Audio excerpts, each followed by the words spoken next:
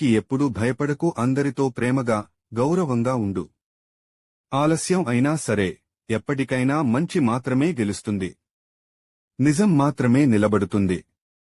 నువ్వు ఏది ఎంచుకుంటే అదే నీ జీవితం అవుతుంది. భయపడకు, నేను నీతోనే ఉన్నాను.